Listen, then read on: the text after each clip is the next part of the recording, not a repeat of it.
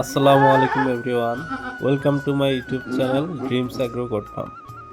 আজকে আমি আপনাদেরকে দেখানোর এবং জানানোর চেষ্টা করব বাচ্চা হওয়ার আগের লক্ষণগুলো কি কি এবং ডেলিভারি হওয়ার সময় লক্ষণীয় বিষয়গুলো কি কি।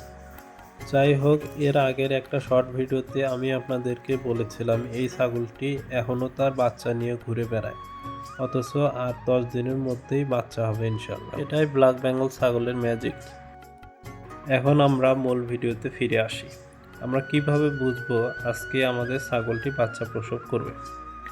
সবথেকে ভালো উপায় হচ্ছে যেদিন পাঠা দেখানো হয়েছে সেদিনের ডেটটা একটা ডায়েরি অথবা রেজিস্টারে লিখে রাখুন। এটা যদি আপনারা না করেন তাহলে লক্ষ্য রাখতে হবে বাচ্চা প্রসবের 15 থেকে 20 দিন আগে ছাগলের ওলান নামা শুরু হয়।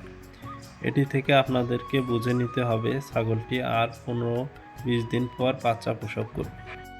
এখন আসি যেদিন বাচ্চা প্রসব করবে সেই দিনের লক্ষণগুলো কি কি হতে পারে। সেই দিন ছাগলটি চেষ্টা করবে যেখানে মানুষ বা অন্যান্য ছাগল নেই সেই রকম জায়গায় যাওয়ার জন্য, এবং ছাগলটি খাওয়া দাওয়া বন্ধ করে দিবে। ভেতরে অস্থিরতা সৃষ্টি হবে, এটা ছাগলকে দেখলে বোঝা যায়। ব্যথা উঠলে সে চিল্লাচিল্লি করবে এবং তার প্রসবের রাস্তায় হালকা পিচ্ছিল পদার্থ বের হবে। এগুলো উপসর্গ দেখলে বুঝে নিতে হবে আজকে ছাগলটির বাচ্চা প্রসব করবে। প্রথম বাচ্চা হওয়ার দৃশ্য ধারণ করতে পারেনি, দ্বিতীয় বাচ্চাটির ভিডিও ফুটেজ দেখলে আপনারা বুঝতে পারবেন ডেলিভারির সময় কি কি বিষয় লক্ষ্য রাখতে হবে। এর আগে যে কথাগুলো বললাম সেই অবস্থা সৃষ্টি হলে একটি পরিষ্কার জায়গা নির্বাচন করে সেখানে ছাগলটিকে বেঁধে রাখতে হবে, এবং বাচ্চা প্রসবের সময় বাচ্চার শরীর পিচ্ছিল থাকে, তাই মাটির ওপর অবশ্যই খড় বিছিয়ে দিতে হবে যাতে মাটি লেগে বাচ্চার শরীর ময়লা না হয়ে যায়। এখন দ্বিতীয় বাচ্চাটি ডেলিভারি হওয়ার সময় হয়েছে। বাচ্চা হওয়ার আগে ছাগলটি একাই বসে পড়বে। আপনারা দেখতে থাকুন। যারা নতুন আছেন তাদের এই ভিডিও থেকে অনেক উপকার হবে ইনশাল্লাহ। যখন ছাগলটি বাচ্চা প্রসবের জন্য বসবে তখন লক্ষ্য রাখতে হবে যেন ছাগলটি না উঠে যায়। এজন্য একজন ব্যক্তি ছাগলটিকে ধরে রাখতে হবে যাতে সুন্দরভাবে বাচ্চা ডেলিভারি হয়।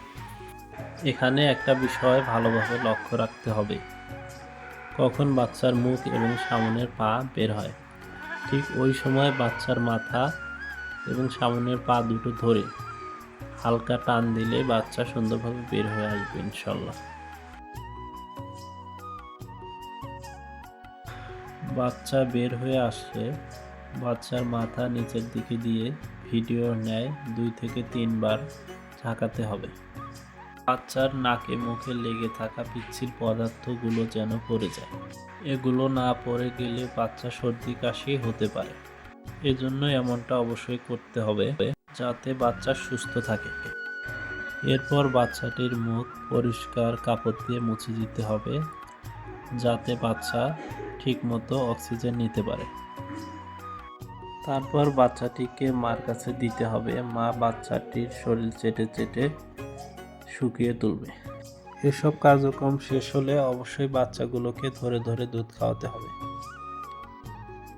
বাচ্চা প্রথমে যে দুধগুলো খাবে এই দুধগুলোকে বলে শাল দুধ বা গাভা দুধ। এই দুধগুলো খেলে বাচ্চা খুব তাড়াতাড়ি সবল হয়ে ওঠে।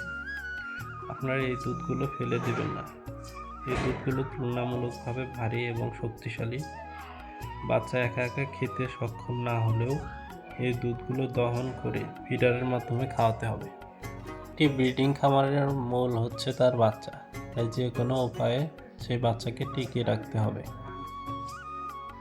বাচ্চা এবং মাগুলোকে কয়েকদিন অন্যান্য ছাগল থেকে আলাদা রাখতে হবে।